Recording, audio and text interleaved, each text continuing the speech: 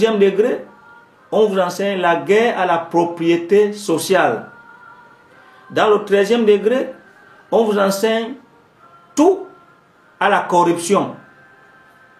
Dans le 14e degré, on vous enseigne l'exploitation corruptrice des théories déistes.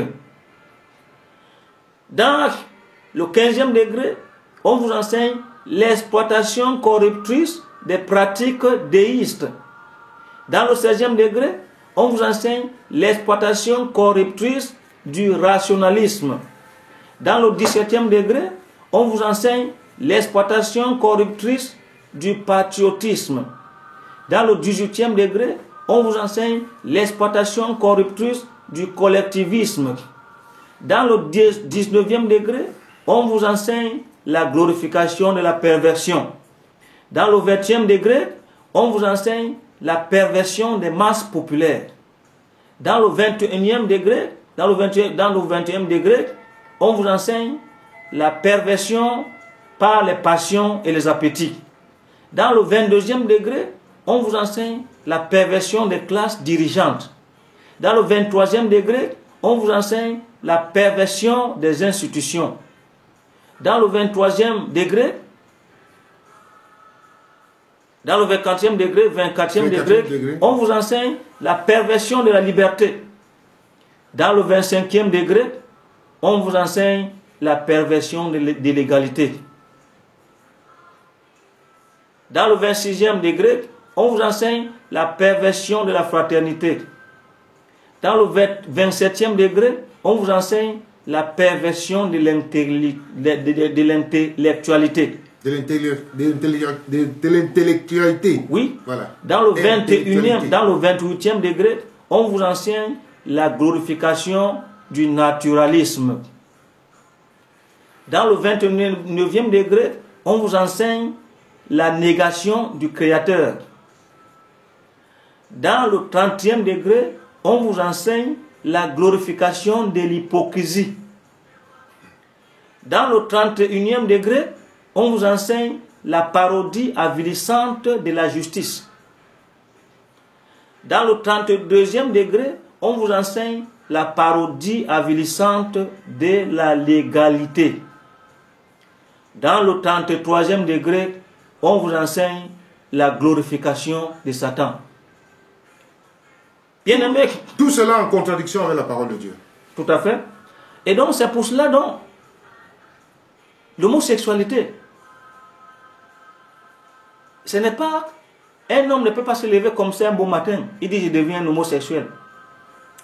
Derrière, n'est-ce pas, cette idéologie homosexuelle, il y a ce qu'on appelle les messes noires qui se passent au sein des temples maçonniques à un haut niveau, au niveau des Illuminati.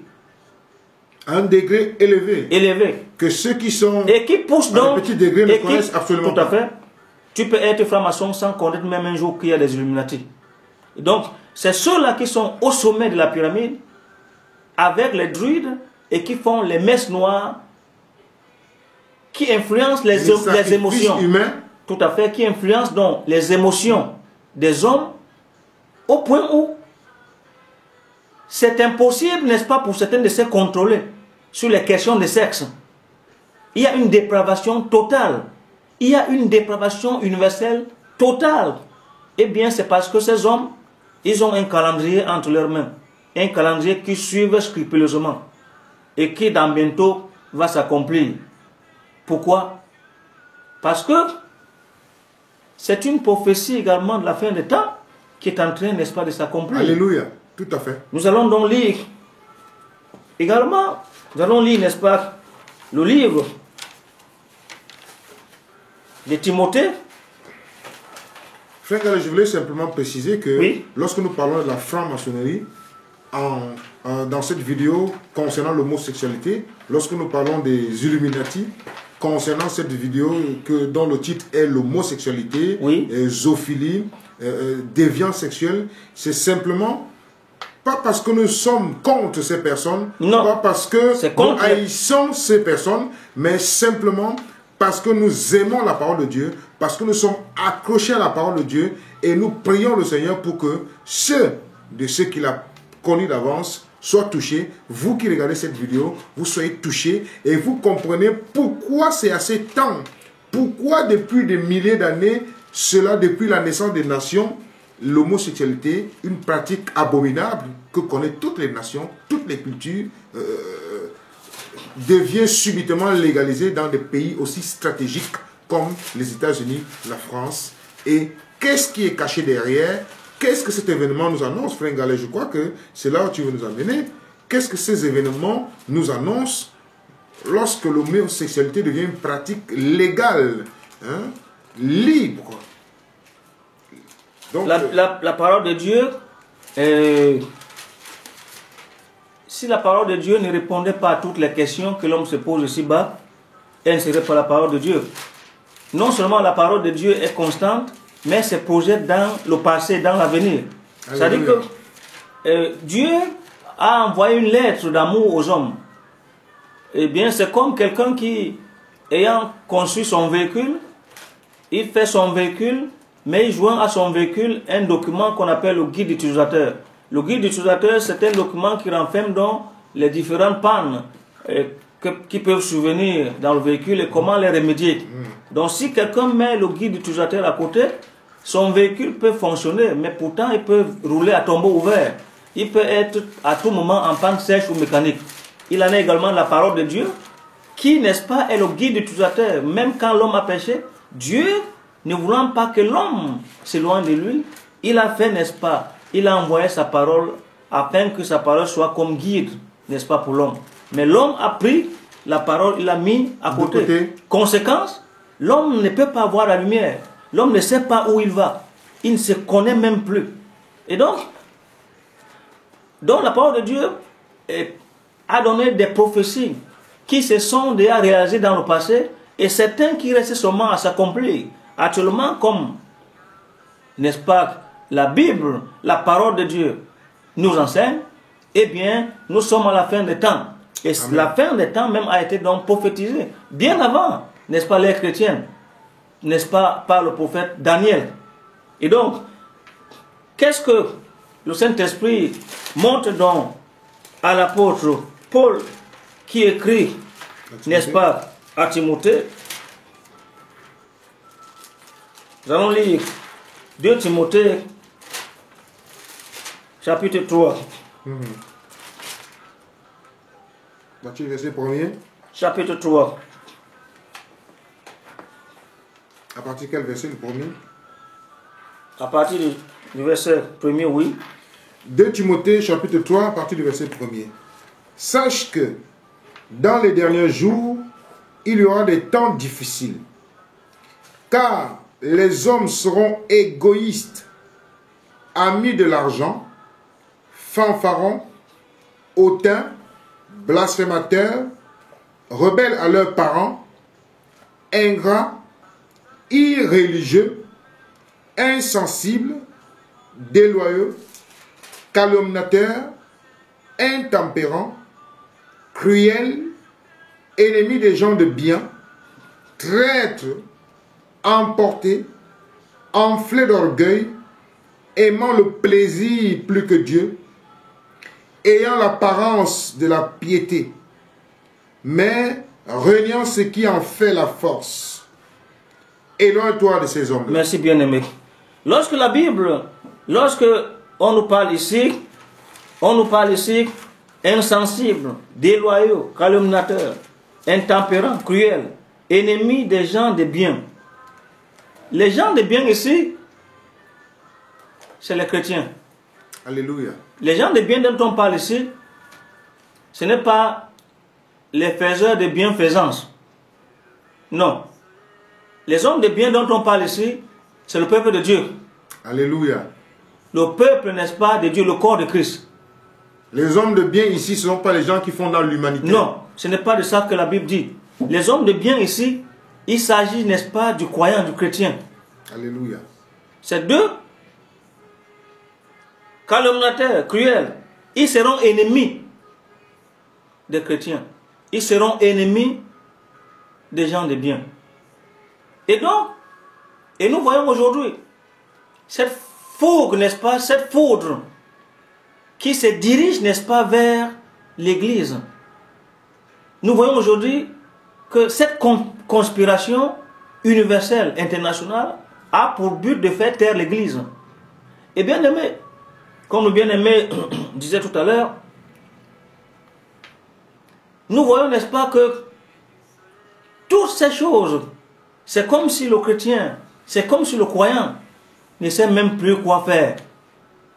On ferme des églises, on donne des ordres au corps de Christ, qui n'est qu'une entité spirituelle. Toutes ces choses doivent, n'est-ce pas, nous préparer, parce que ce sont des événements, n'est-ce pas, pour eux, qui nous montrent, n'est-ce pas, le retour glorieux du Seigneur. Alléluia. Et donc, ça veut dire que pour nous, qui sommes à la fin des temps, lorsque nous voyons, n'est-ce pas, ces choses s'accomplir sous nos yeux, lorsque nous voyons que tout le monde entier accepte la France, les États-Unis, ils ont donné l'ordre. Si nous voyons, n'est-ce pas, que ça va à la vitesse du vent, ces choses, n'est-ce pas, embrassent le monde à la vitesse du vent. Nous devons comprendre donc que c'est un accomplissement, n'est-ce pas, de la prophétie biblique. Plus précisément encore, nous allons lire dans Luc 17, versets 26 à 27. Luc 17, Luc 17, verset 28, verset 26 à 37. Ce qui arriva du temps de Noé arriva de même au jour du Fils de l'homme. Les hommes mangeaient, buvaient, se mariaient et mariaient leurs enfants, jusqu'au jour où Noé entra dans l'arche, le déluge vint et les fit tous périr. Ce qui arriva du temps de Lot arrivera pareillement. Les hommes mangeaient, buvaient, achetaient, vendaient, plantaient, bâtissaient. Mais le jour où Lot sortit de Sodome, une pluie de feu et de soufre tomba du ciel et les fit tous périr. Amen. Alléluia. Voilà. Et nous savons très bien que la parole du Seigneur ne peut pas être... La parole du Seigneur, c'est la parole du Seigneur. Amen. Et ça accomplira certainement. Amen. Les choses qui sont arrivées au temps de Noé arriveront à l'avènement du Fils de l'homme. Et c'est ce que nous sommes en train de voir sous nos yeux. Au temps de Lot. Comme au temps de l'autre.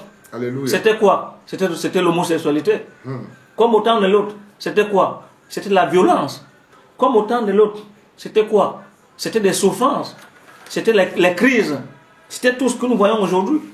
Et tout cela préparait, n'est-ce pas, Dieu à prendre, n'est-ce pas, sa décision sur le monde, n'est-ce pas, du temps de Noé.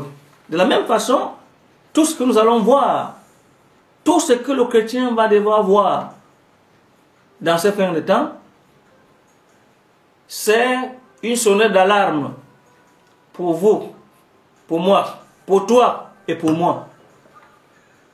Que le Seigneur n'est plus loin, qu'il est à la porte.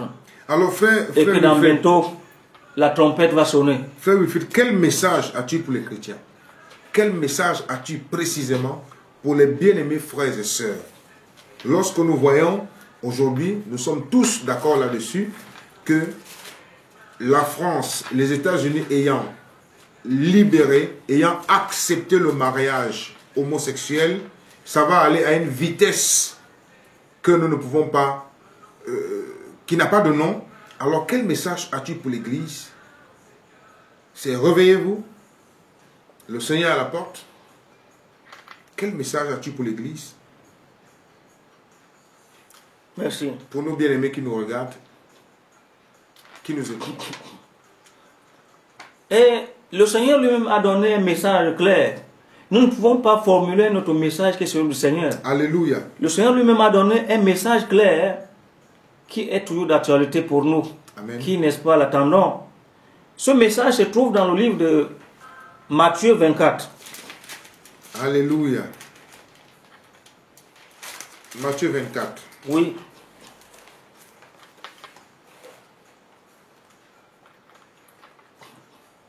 Matthieu 24. Voilà. Qu'est-ce qu'il dit? À partir du verset. Nous allons le voir. Oui, commence au verset 4. Au verset 4. Jésus leur répondit, prenez garde que personne ne vous séduise. Arrête d'abord, frère. La séduction, comme je disais, il y a des gens qui cherchent à expliquer toutes ces choses-là par le latin, par le grec, par l'aramien. Tout ça, c'est très bien, mais la parole de Dieu s'explique elle-même. Amen. Nous prenons, le Seigneur Jésus-Christ prenait souvent des exemples simples. Il ne compliquait pas la vie aux hommes. Il savait très bien qu'il était en face de ceux qui pouvaient comprendre, et rien que par des exemples simples. Si, au temps du Seigneur, lui-même, il a utilisé des exemples simples, aujourd'hui il y a beaucoup d'analphabètes. Donc quelqu'un qui ne comprend pas le grec ou le latin, il ne pourra pas, ou l'araméen, il ne pourra pas accéder à la parole de Dieu. C'est pour cela que le Saint-Esprit nous a été donné, pour que ce qui semble être confus, ce qui semble être, n'est-ce pas, incompréhensible, puisse, n'est-ce pas, nous être expliqué par le Saint-Esprit lui-même. Encore il y a les docteurs. Voilà. Et donc, il dit, prenez garde que personne ne vous séduise. Mais lorsque, par exemple, un homme ou une femme veut séduire, mais il adopte des habitudes et des attitudes pour permettre, n'est-ce pas, à sa proie de capituler. Une femme, par exemple, peut se maquiller. Une femme, ça veut dire que, c'est quoi? Le maquillage fait à ce que le maquillage cache sa personnalité réelle. C'est ça simplement qu'on appelle séduire. Un homme qui veut séduire une femme, il n'a qu'à mettre de beaux costumes, de belles cravates, un bon parfum. Pourtant, sa nature elle-même, des belles paroles. Pourtant, lui-même, dans son propre intérieur, il n'est pas ce qu'il est. Son costume ne peut pas être, n'est-ce pas, synonyme de sa nature intérieure. De la même façon. Ce qu'il prêche. Voilà. Non, même, laissons même ce qu'il prêche. Parlons des croyants et des non-croyants. Tout à fait. Ici, ça est des non-croyants ou des croyants. La séduction, ça peut être pour des croyants comme pour des non-croyants. Ou pour des non-croyants. Une sœur qui veut séduire un frère, elle va adopter des manières. Soit elle va commencer à parler en langue tout le temps dans l'assemblée, on va voir qu'elle est spirituelle. Soit elle va n'est-ce pas, devenir comme l'agneau. On va voir que mais elle est très douce. Mais pourtant, ce n'est pas sa vraie nature.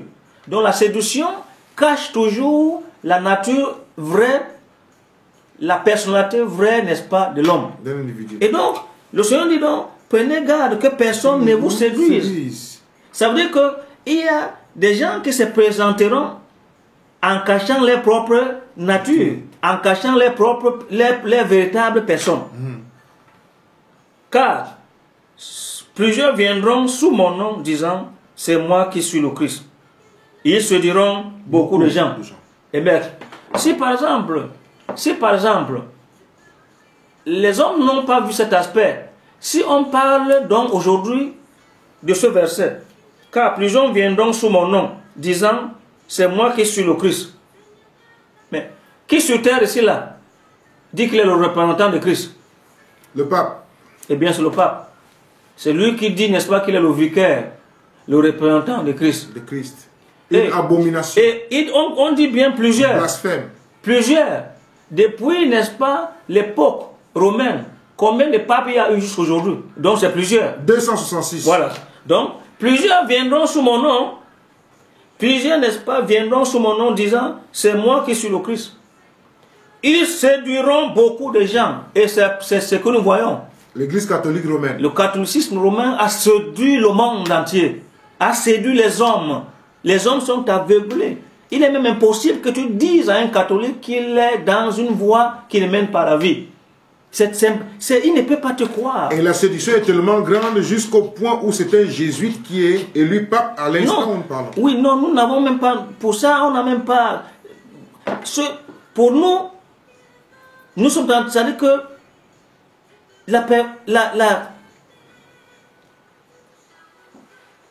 qu'est-ce que dit encore, bien-aimé? La séduction est très grande. Il dit, Une nation s'élèvera contre une nation. Dans méthode, c'est ce que nous allons voir. Nous l'avons déjà vu même. Alors, plusieurs succomberont et ils se trahiront les uns les autres. Plusieurs faux prophètes s'élèveront et séduiront beaucoup de gens. Et parce que l'iniquité se sera accrue, la charité du plus grand nombre se refroidira.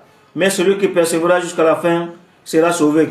Bien aimé, je voudrais juste que tu lises. Tu n'as pas parlé de plusieurs faux prophètes. Oui. Oui, il y a des exemples de faux prophètes. Oui, j'en viens. Je veux juste que tu tournes ta page sur le livre de 2 Timothée 4.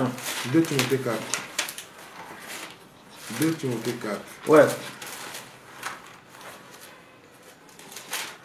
2 Timothée 4. À partir du verset 1er.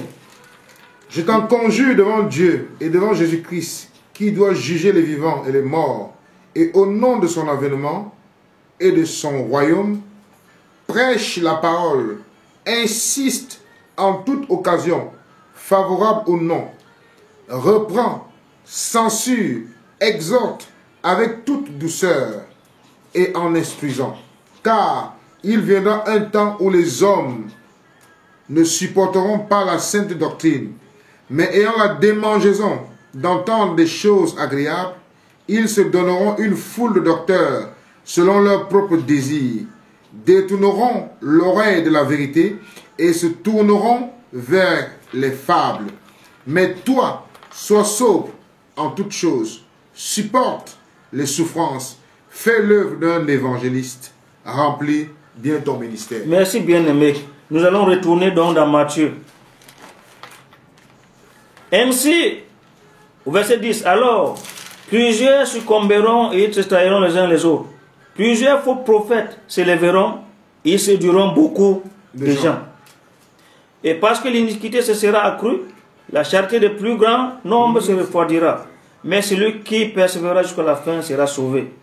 Cette bonne nouvelle du royaume sera prêchée dans le monde entier pour servir de témoignage à toutes les nations, alors viendra la fin. C'est pourquoi, lorsque vous verrez l'abomination de la désolation dont a parlé le prophète Daniel, établi en lieu saint, que celui qui lit fasse attention. Et bien aimé, qu'est-ce que je veux? Le Seigneur lui-même nous exhorte ici de nous tenir éveillés. Le Seigneur nous exhorte face, n'est-ce pas, aux faux prophètes qui, de plus en plus, n'est-ce pas, vont faire surface, vont, n'est-ce pas, s'élever, vont s'autoproclamer. Plusieurs. C'est le message que tu as pour les frères qui regardent la vidéo. Docteur. Plusieurs faux pasteurs, plusieurs faux et faux s'élèveront et séduiront des foules. Mais, beaucoup vont même marier les homosexuels. Tout à fait. Et pourquoi? Tout simplement parce que la prophétie nous dit, n'est-ce pas, qu'il viendra un temps où les hommes ne supporteront pas la saine doctrine. Mais ayant la démangeaison d'entendre des choses agréables, ils se donneront une foule de docteurs. Les gens n'aimeront plus la saine doctrine. Ils vont aimer, n'est-ce pas, les milieux, on nous dit, dès qu'il entre, on nous dit, Dieu m'a parlé que toi, tu vas être riche. Dieu m'a dit que dans bientôt, tu vas avoir un mari. Le Saint-Esprit est en train de me dire que maintenant, là, dans quelques jours, tu vas avoir la voiture. Le Saint-Esprit est en train de me montrer que dans quelques années, il y a un grand homme qui va te marier. Voilà ce que les gens veulent entendre aujourd'hui. Tu auras un pavillon. Tu auras un pavillon. Mais, bien aimés, les vrais enfants de Dieu, ceux qui ont été marqués par son sceau, ne seront jamais séduits. Quel est le message précis que tu as pour les chrétiens, les frères? Le message précis pour les frères et pour les sœurs, c'est qu'ils restent attachés à la saine doctrine. À la parole de Dieu. À la parole du Seigneur. Et quel message tu as pour les homosexuels, les zoophiliens, les bisexuels? Parce que ici, dans cette vidéo, il s'agit des homosexuels, il s'agit des zoophiliens, il s'agit des bisexuels. Quel message tu as pour eux? les homosexuels, par exemple, qui vont regarder cette vidéo, qui auront peut-être... Le péché de l'homosexualité n'est pas plus grand que, n'est-ce pas, celui qui ment. Le péché de l'homosexualité n'est pas plus grand, n'est-ce pas, que celui qui vole, ou celui qui commet l'adultère, ou celui qui vole un beignet, ou un œuf. Ou un œuf. Le péché, c'est le péché. Il n'y a pas de petit péché. Dieu aime les pécheurs, mais il n'aime pas le péché. Si Dieu lui-même donc, si le Seigneur lui-même a aimé les pécheurs, pourquoi est-ce que nous n'allons pas aimer les homosexuels? Nous aimons les homosexuels. Nous les aimons les homosexuels, mais nous n'aimons pas les pratiques. Or, Alléluia. Les pratiques sont en contradiction avec la volonté de Dieu, avec la parole de Dieu. Leurs pratiques sont... De la même façon que le Seigneur Jésus-Christ a eu pitié des adultères, à cette femme qui avait commis l'adultère et qui devait être lapidée, nous également, nous ne pouvons pas lapider les homosexuels. Nous les aimons dans l'amour du Seigneur Jésus-Christ. Et nous prions le Seigneur que Dieu ouvre leurs yeux afin qu'ils se détournent des pièges du diable qui veut, n'est-ce pas, s'emparer ou qui s'est emparé d'eux. Et donc, pour nous, chrétiens, pour nous, disciples de Christ, nous prions pour tous ces hommes. Parce que, naturellement, l'homme ne peut pas dire que j'aime le diable. Non. C'est parce que ses émotions, ses sentiments, son âme a été, n'est-ce pas, saisie, engouffré, n'est-ce pas, par la puissance démoniaque, qu'il peut, n'est-ce pas, servir les desseins du malin. Ce sont donc des hommes donc, qui sont enchaînés et dont nous prions, n'est-ce pas, pour eux, afin que la grâce de Dieu les atteigne, que les écailles tombent de leurs yeux, que le voile se déchire dans leur cœur, afin qu'ils voient la splendeur glorieuse, la gloire de Christ. C'est le message que nous pouvons, n'est-ce pas, les adresser, que nous les aimons. Nous aimons les homosexuels, nous aimons les zoophiliens, nous aimons ceux qui pratiquent, qui ont des pratiques sexuelles pas conformes à la parole de Dieu. Nous vous aimons au nom de notre Seigneur Sauveur Jésus-Christ. Nous n'allons pas cesser de le dire parce que notre Dieu vous aime. Dieu aime le pécheur, mais Dieu n'aime pas le péché. Alors, quel message as-tu aussi également pour toute personne, toutes ces personnes qui ont marché, toutes ces personnes qui sont levées pour marcher contre cette loi qui a été votée? Quel message tu as pour eux? Et quel message également as-tu pour ceux qui ont œuvré pour que cette loi soit adoptée? Quel message tu as pour ces deux catégories de personnes? Nous savons qu'il y a beaucoup de gens qui ont marché en France, par exemple. Quel message tu as pour eux? Premièrement, pour ceux qui contre et pour l'homosexualité. Premièrement, pour ceux qui ont marché contre l'homosexualité, c'est une peine perdue. Ils ont marché en vain. Ils ont marché en vain parce que la prophétie doit s'accomplir. Alléluia. C'est comme quelqu'un qui se mettrait, n'est-ce pas, en barrière pour que la prophétie ne s'accomplisse pas. Cette personne sera en train de lutter contre Dieu. Alléluia. On ne peut pas lutter contre Dieu. La parole de Dieu doit s'accomplir. Donc c'est parce que les hommes ne connaissent pas ce que la parole de Dieu dit à propos. Et la plupart des gens et des chrétiens, peut-être même qui se sont levés, ne connaissent pas ce que la Bible dit à propos. Ne connaissent même pas ce que Christ lui-même a dit. Ils se lèvent et ils marchent toute la journée. Ils marchent. Pourquoi?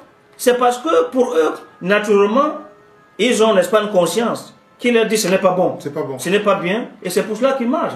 Mais s'ils avaient la connaissance de la parole de Dieu, ils ne se lèveraient jamais, n'est-ce pas, pour marcher. Donc c'est une peine perdue pour tous ceux-là qui ont marché contre l'homosexualité.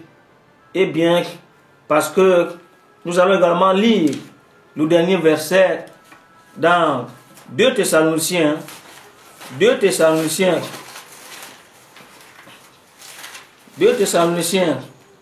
à partir du verset chapitre 2. Oui. À partir du verset 5. 2 Thessaloniciens chapitre 2 à partir du verset 5. Oui.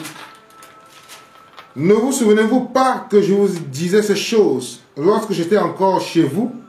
Et maintenant, vous savez ce qui le retient, afin qu'il paraisse qu'en son temps. C'est qui? C'est l'Antéchrist. Continue, bien-aimé. car le mystère de l'iniquité agit déjà. Il faut seulement que celui qui le retient encore ait disparu. Oui. Et alors paraîtra l'impie que le Seigneur Jésus-Christ détruira par le souffle de sa bouche et qu'il écrasera par l'éclat de son avènement. Amen. Et donc, bien aimé, vous voyez donc, ça veut dire qu'il y a un antéchrist qui vient. Mais pour que l'antéchrist vienne, il faut que toutes ces choses s'accomplissent d'abord. L'iniquité même n'a pas encore commencé. Et je vais vous annoncer quelque chose. Les vrais, ceux qui doivent, n'est-ce pas, porter le message pour pervertir la masse, sont juste en préparation. Ils n'ont même pas encore commencé. Parce que quand ces gens vont commencer à paraître au vu, n'est-ce pas, des médias, pour renverser la doctrine de l'Église, la doctrine de Christ, il faudra que toi et moi, nous soyons remplis de l'Esprit de Dieu pour faire face à ces hommes. De même que au premier siècle, il y a eu, n'est-ce pas, des apologistes, des hommes que le Seigneur avait choisis pour, n'est-ce pas, renverser des doctrines, n'est-ce pas, perverses qui voulaient, n'est-ce pas, entrer dans la chrétienté. Il va également, au moment, n'est-ce pas, où il y aura cette apostasie qui va s'établir, mais bien aimé, sans, n'est-ce pas, la prière, sans, n'est-ce pas, la méditation de la parole de Dieu, sans la connaissance des Écritures, beaucoup seront renversés. Et donc, pour ceux qui ont marché contre, c'est peine perdue, parce que la prophétie doit s'accomplir. Pour ceux qui ont dit oui, eh bien, ce n'est pas à cause de votre oui. Ce n'est pas à cause de votre oui. Ce n'est même pas parce que vous avez voté pour ça. Vous avez juste été attissés comme des instruments du diable. Pas compris la parole de Dieu. Parce que le diable a, n'est-ce pas, ses pions ici-bas. S'il y a, n'est-ce pas, le diable, s'il y a des enfants de Dieu, il y a également les enfants du diable. Tout à fait. Et donc, les enfants de Dieu agissent pour que le plan de Dieu s'accomplisse. Les enfants du diable également agissent pour que le plan du diable s'accomplisse. Mais il ne peut pas avoir ici, là, il ne peut pas avoir, n'est-ce pas, duel ici. Parce que la Bible nous dit que, alors paraîtra l'impie que le Seigneur Jésus-Christ détruira par le souffle de sa bouche et qu'il anéantira par l'éclat de son avènement. Donc, comparativement à ce que les gens enseignent, le Seigneur ne va pas combattre avec l'Antéchrist. Non, le Seigneur n'a pas à combattre. Non. Son apparition va anéantir, n'est-ce pas, l'Antéchrist. Son apparition va anéantir toutes les puissances démoniaques qui se lèveront, n'est-ce pas, pour, n'est-ce pas, empêcher, n'est-ce pas, le règne de Christ qui bientôt va s'établir. Comme, n'est-ce pas, je vous parlais tantôt de la conspiration, de cette grande conspiration qui date depuis, n'est-ce pas, la nuit des temps. Si le Seigneur nous permet, il nous donne la grâce, eh bien, nous allons, n'est-ce pas, en parler un jour. Bien aimé, si encore notre question. C'est pour cela que nous profitons ici pour dire que nous n'en voulons à aucun État, nous n'en voulons à aucun chef d'État, nous n'en voulons à aucun gouvernement, nous n'en voulons à aucune assemblée qui a siégé pour voter cette loi, parce que c'est pour nous l'accomplissement de la parole de Dieu. Nous bénissons le Seigneur parce que sa parole s'accomplit sous nos yeux et parce qu'il nous a donné son esprit, le Saint-Esprit, pour discerner les temps dans lesquels nous nous trouvons. Nous bénissons le Seigneur pour cette vidéo dont le titre, nous l'avons déjà dit, est l'homosexualité, zoophilie et perversion sexuelle. Nous croyons, bien aimés frères et sœurs, que vous avez été bénis. Alors, frère Galin, un mot pour la fin. Un mot pour la fin. Le mot pour la fin, c'est que le Seigneur bénisse et fortifie le peuple de Dieu, les enfants de Dieu dans les quatre coins du monde, partout où ils sont. Que la communication de son esprit, que la paix de Dieu soit avec chacun de vous. Souvenez-vous, le Seigneur disait je vous donne ma paix. Non pas comme le monde vous la donne. Je vous laisse ma paix. Il y a la paix du monde, mais il y a aussi la paix du Seigneur. La paix du Seigneur n'exclut pas, n'est-ce pas, les difficultés. La paix du Seigneur n'exclut pas, n'est-ce pas, que tu sois malade. Non, bien au contraire. La paix du Seigneur, c'est que même dans la souffrance, tu as la paix. Une paix que le monde n'a pas. La paix du Seigneur n'exclut pas que tu sois en souffrance. D'ailleurs, dans le livre de Jacques, il est écrit, quelqu'un parmi vous est-il dans la souffrance, qu'il prie. Quelqu'un parmi vous est-il dans la joie, qu'il chante les cantiques.